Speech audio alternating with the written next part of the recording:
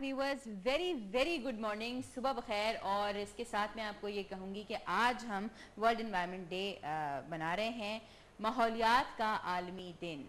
और इस डिस्कशन को हम आगे बढ़ाएंगे जहां हम ये बात कर रहे थे कि हमारा मिसकंसेप्शन ये है कि पाकिस्तान के अंदर वो रेयर स्पीशीज़ या इस तरह के चरिंद परिंद हमें नज़र नहीं आते जैसे कि हम ऑल अराउंड द वर्ल्ड देखने में हम ऑब्जर्व करते हैं। तो लेकिन ये बात गलत है, ठीक है ना? आप मुझसे पूछ रही हैं? बिल्कुल बिल्कुल गलत। पाकिस्तान में ऐसे जानवर और परिंदे पाए जाते हैं जो दुनिया के किसी और मुल्क में नहीं होते।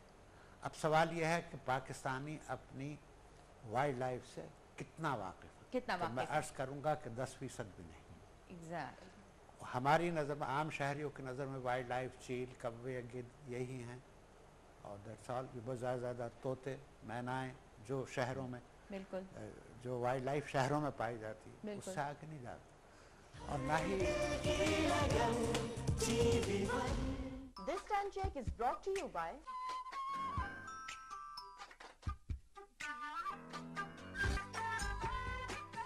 नया टैंक बनाए 25% ज्यादा।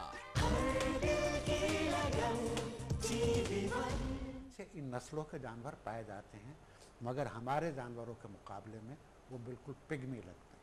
मसलन सिंध आइबेक्स जो है वो अब जिसे बकरों की नस्ल का बावादम कहा जाता है, वो उसके सींग जितने बड़े होते हैं वो दुनिया में कहीं और किसी और किस्म के पहाड़ी बकरे के सींग। और आई थिंक ये वो इन्फॉर्मेशन है सर जो कि हमारी अब टेक्स्ट बुक्स में आनी चाहिए।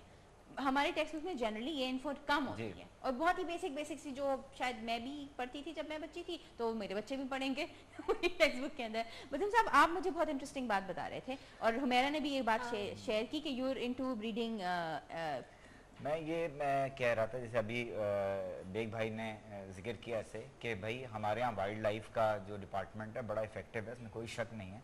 लेकिन मैं ये समझता हूँ कि जब तक कोई चीज़ अपने मंतकी अंजाम तक ना पहुँचे तो उस वक्त तक उसका फायदा नहीं है। एक और सिवियर सा लफ्ज आए, क्योंकि हम जैसे देखते हैं कि हमने आज एक शख्स को पकड़ लिया इस बात पे कि भाई तुम एक्सपोर्ट कर रहे थे यहाँ से उस इंडेंजर स्पीसीज को जिस पर बैन लगाया हुआ गवर्नमेंट ने, जो इसकी इस पे हमारे एक्सटिंक्ट हो रही हैं।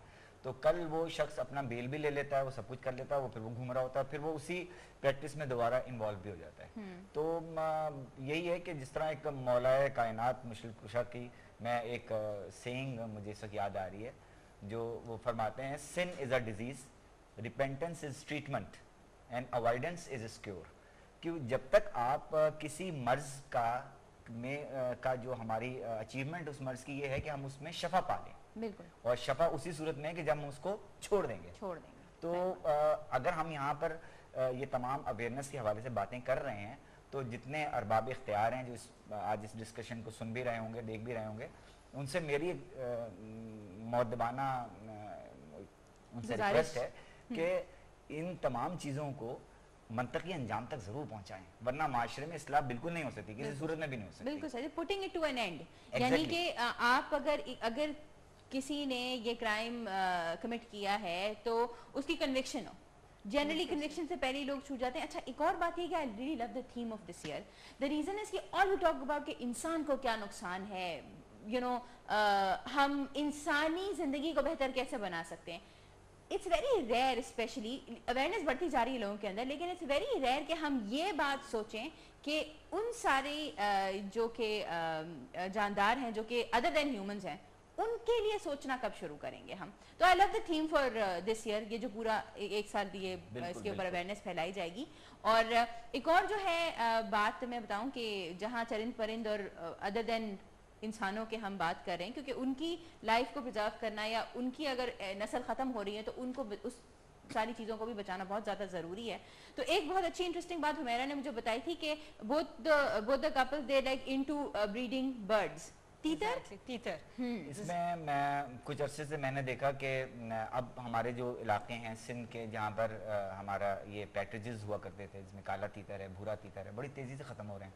जैसा कि अभी वैदुल्ला भाई ने फरमाया कि लोग उसको मार रहे हैं, और उस मारने से ज़्यादा भी मैं समझता हूँ, जैसे इन्होंने कहा कि गन शूटिंग करते हैं लोग वहाँ जाकर, उससे भी ज़्यादा ख़तरनाक है जो नेटिंग करते हैं कि बड़ी खामोशी के साथ जो है वो बड़ी बड़ी फ्लॉक्स जो हैं वो फंस जाती हैं। जैसे मैं इसकी एक मिसाल आपको दूँ कि जंपीर हमारी एक सेंचुरी जो इस वक्त देखने वालों को पता होगा या नहीं है जिनको, वो एक सेंचुरी डिक्लेयर की गई है जहाँ पर वाटरफॉल्स आते हैं और वो प्रोटेक्ट होते हैं, यहाँ पे ब्रीड भी करते हैं यहाँ पर। वहाँ पर क्या होता है कि वो है तो सेंचुरी, लेकिन मज़ेदार बात है कि वहाँ पे शिकार करना ममनू है, लेकिन जाल लगाना ममनू नहीं है।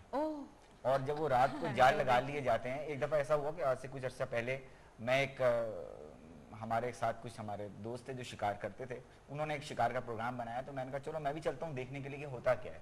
तो जब वहाँ गए तो वहाँ पे एक अजीबोगरीब वाक़या मैंने देखा कि वो जब वहाँ हम अपने मेज़बानों के पास पहुँचे जिन्होंने तमाम किया हुआ था इसका, तो उन्होंने कहा कि कल बड़ी हवा बहुत तेज़ चली थी तो उससे पक्षी सारी उड़ गई। अच्छा, यानी वो बर्ड्स। और लेकिन आप लोग मायूस बिल्कुल ना हो, क्योंकि रात को हमने जाल लगा लिया था और काफ़ी हमने मुर्गाबियाँ पकड़ ली हैं। तो यानी आप तो शौक में चले गए।